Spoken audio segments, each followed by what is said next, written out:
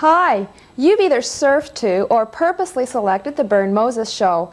I'm Gina Fitt, welcoming you to what could be a very meaningful series of verbal essays coming to you in this television format. We have a lot of fabulous information to cover today, so let's move forward with Bern Moses. Oh, thank you, Gina. You know, whenever we get exposed to an environment like this, we're going to start conveying information to people who may have questions or wondering about their past or their futures. I can't help but think of Jacqueline D. Chopper. You ever heard of Jacqueline? No, I haven't. She was a delightful young French woman who came to this country several years ago. And in an effort to get a job, she had to go to the Northwest. And she went to the lumber camps. And even though she was petite, she went there to get a job as a chopper. And you can imagine how these big, muscular, tattooed, buff guys handled that. Oh, sweetheart. What is it? Where have you chopped before? And she said, well, my last big job was the Sahara forest. And they said, well, Sahara forest? That's not the Sahara forest, that's Sahara desert. And she said, well, yeah, now. Okay? I see. Yeah, and so, sure enough, they hired her. And she was good, really good.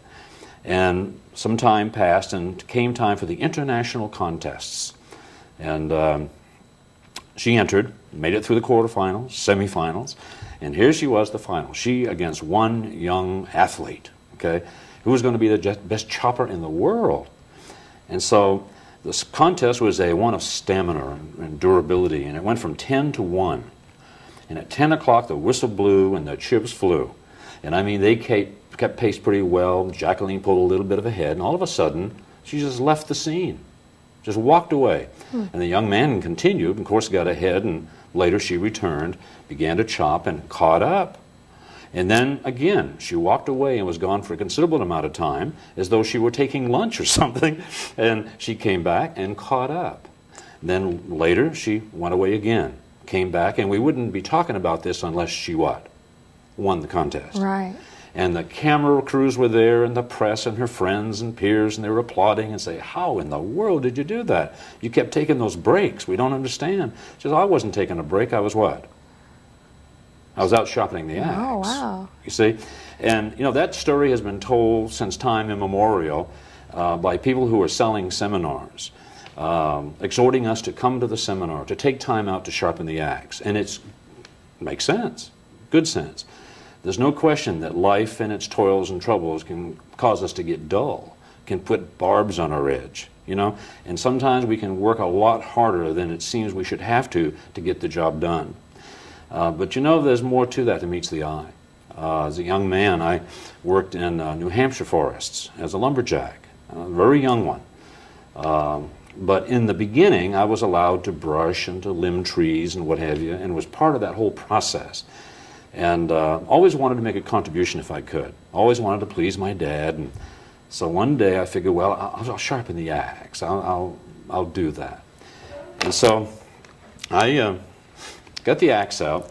And you know, it's really funny sometimes. I've used the axe as part of an illustration as to what we do. And someone in Pennsylvania one time was kind enough to identify me as a honing stone. You know, and I always thought that was quite flattering. And so anyway, I broke out the axe and I went to this grindstone.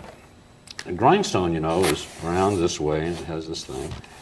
And this particular one was mounted in a wood frame, and it had a pedal on it, and a little seat, a little bucket of water where you poured water on the stone so it wouldn't get too hot. And I'd seen my dad do this a lot, so I sat down and I spun the wheel and began to sharpen the axe. Okay? And the wheel was spinning this way, and little sparks were flying, and it sounded right, it looked right, the edge was shiny, it felt sharp. Because everything seemed to be okay. And he came out and he said, funny face? I don't know why you call me funny face. I do really, but that's another issue. He came out and said, I really appreciate what you're trying to do, but you're doing it wrong. And I didn't understand because everything seemed right. Okay? He said, look, you're spinning the stone away from you. And that actually turns the edge. Now it sounds right and looks right, but the edge won't endure that way. What you have to do, he said, is to sit down and spin the wheel towards you, keep it pumping, and there's a confrontation that has to occur in order to knock off the barbs and to smooth the edge and to put a proper edge on it that'll be durable. Okay? It's a little bit different than we would expect. It's a different perspective. Another thing, he said that you can't hold the axe too flat, too acute, because it puts too fine an edge, it'll turn easily. Or, of course, if you put it too abrupt, it dulls the edge. It has to be just the right position. And, it seems to me over the years that we've been presenting ourselves to honing stones that were spinning the wrong way.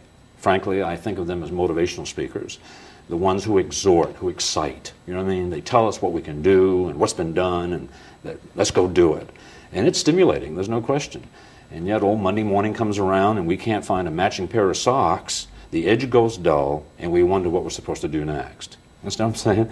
And so it is time to sharpen the axe, but you've got to be sure that you're confronting new and fresh concepts and ideas, different perspectives, so that there really can be a durable edge. And that's what we're going to be attempting to do today and in future weeks, is to provide fresh, new information from a different perspective, a different posture that can make a difference in people's lives. And we're going to work very hard at it. And to think that you can be a part of that is exciting for me. Well, I'm excited to be here with you today, Bern. And now you say this is a series of verbal essays. Can you tell me what you mean by when you use the word essay? Okay, typically when people do this kind of thing, they talk in terms of seminars, workshops, clinics, lectures, if you would. Mm-hmm. And semantically, those are unsound. I dropped my book here a moment ago. Here we go. I want to look up essay here for a second very quickly. I'll tell you, the best friend I have in the world is a dictionary. I would suggest that not a single day goes by that we don't go to the dictionary and to examine the words we're using, their derivations, what's really going on, because it can make a difference.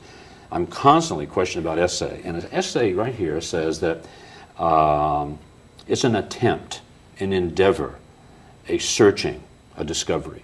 Isn't that interesting? So what you're saying is that we're engaging in a discovery process. Exactly. For the last, since 1957, my whole life has been devoted to wondering, watching, examining, trying to figure out what we haven't heard. For example, in the industry that I find myself, speakers, mentors, motivators, if you would, out there exhorting us and what have you, and what they have portended, or have actually done in some cases, is to examine successful people, mm-hmm.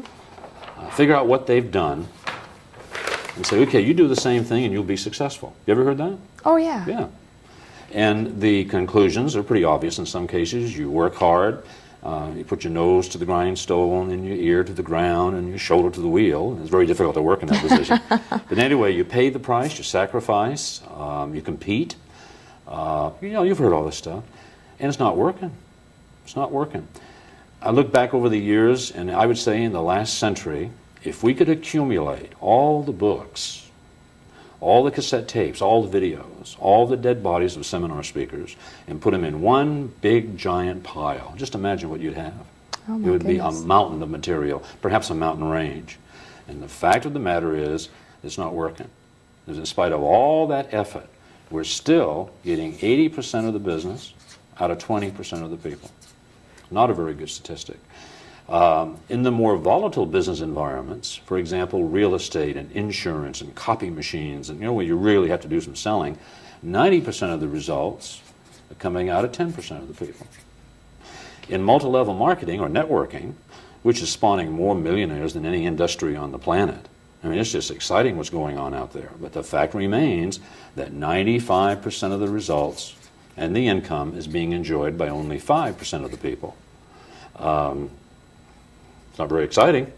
It's not sufficient. And there's a tendency for us to say, well, that's just the way things are. Pareto said 80% of all results will come out of 20% of the effort. Well, that's only a formula. It's an observation. It's not chiseled in granite. And yet we somehow satisfy ourselves with that and say, well, that's just the way it is. And so the mentors study these people and they say, okay, this is what they're doing. You do it. You'll be successful. This is the results. It's not sufficient. In 1957, after 2 difficult years, I was not prepared to be in business. I was not prepared to meet the American public. Mm-hmm. I was not prepared with the disciplines and the techniques, the skills and what have you that it would take to be successful. And I had a terrible time. I asked questions, I read books, I wondered and I tested and I prevailed. and it wasn't going very well. I was way down at the bottom of the list when it comes to standings on an international scale. In 1957, I had a breakthrough. And I recognized for the first quarter century of my life what I'd been doing was reacting to circumstances. I'd been accommodating conditions. And I recognized I didn't have to do that anymore. That rather than reacting to circumstances, I could become a circumstance. In other words, I could become causative instead of being at effect. Rather than accommodating conditions, I could actually establish conditions that other people, because it's their nature to do so, would probably what? Accommodate. Mm-hmm. In 90 days, I moved all the way through the ranks up to number 1. And I was excited, and I committed then to do what I'm doing today. And will do tomorrow, next week, and next month. My whole life has been devoted to figuring what in the world is amiss. When you figure that we're 6,000 years old as a cognitive community, 6,000 years, and we're not very good at it. Oh, we get along to a certain level, but I'll tell you, you crack through the socioeconomic veneer that people present to us, and you find hurt and pain and dismay and that quiet desperation that the poets have written about. We have 113 wars on the planet.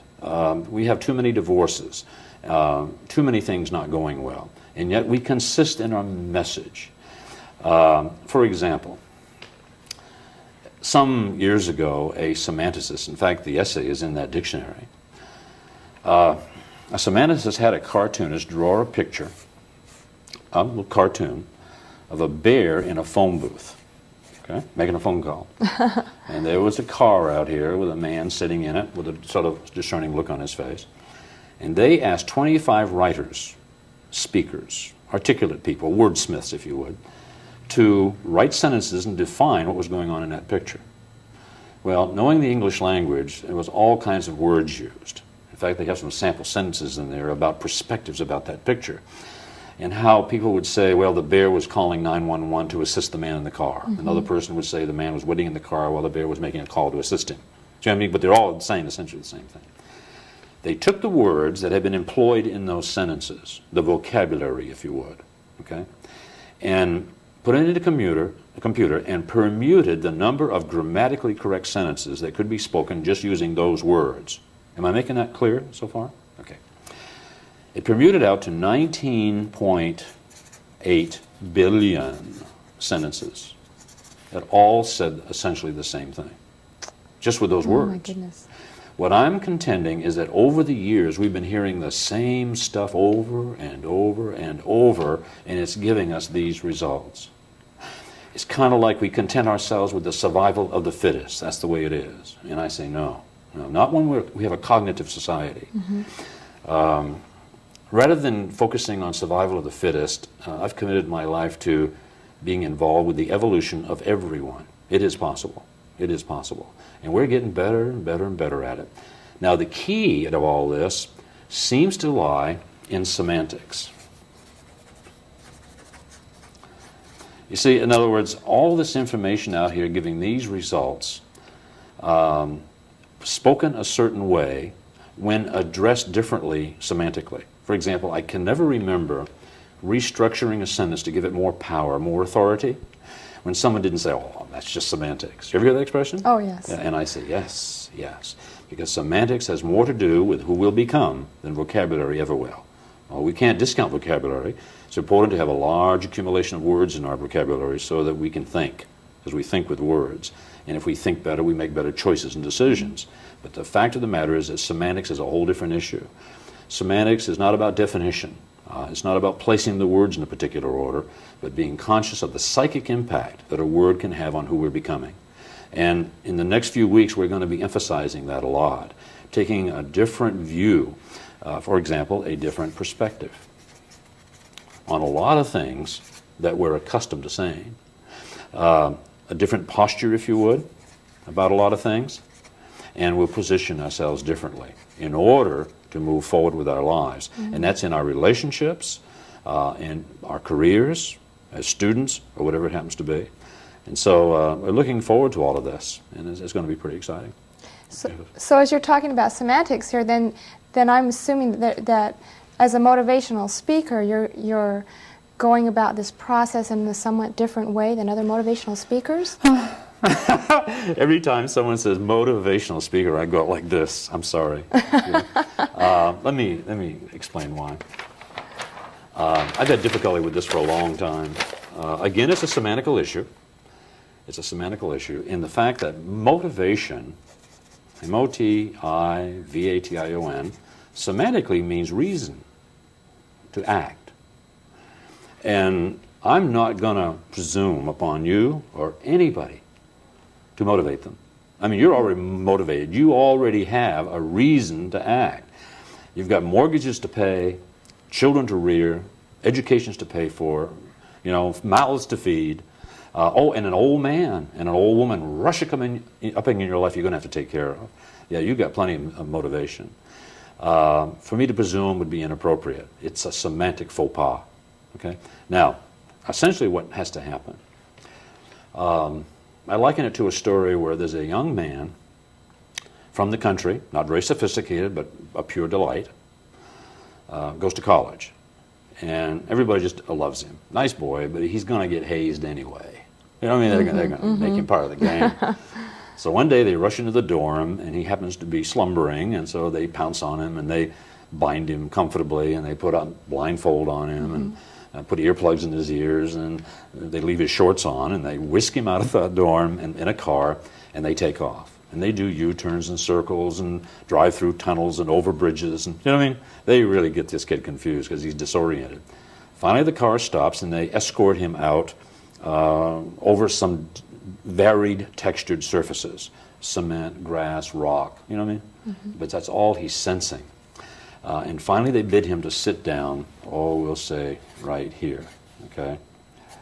He's sitting right there, blindfold and everything. Is he motivated? Yeah, he's got a reason to act. He's going to take out the earplugs. It's harder to be able to not hear than not see. It's more disorienting. So he takes out the earplugs, and what he hears is splashing water,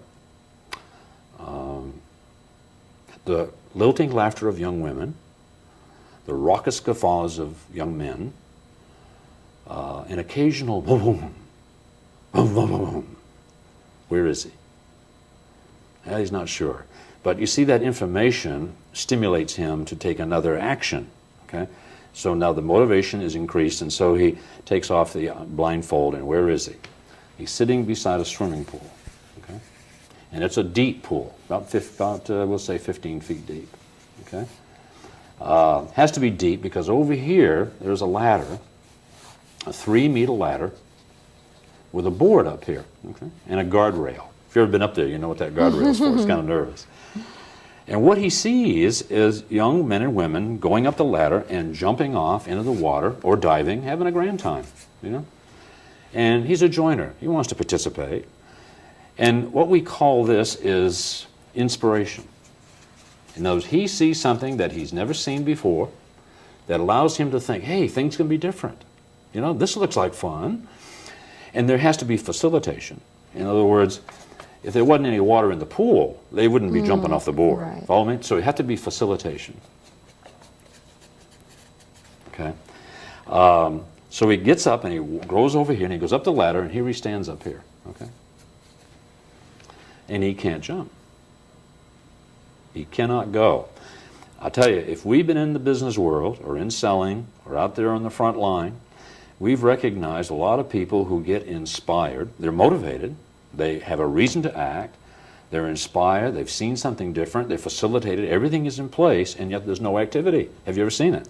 I've been on the top of that diving board. So have My I. feet are firmly glued. I remember so many times when, boy, I wanted to do something, and I couldn't do it. Yeah. Another thing is necessary. It's called stimulation. Stimulation. Now, stimulation occurs in one of three ways. Intellectually,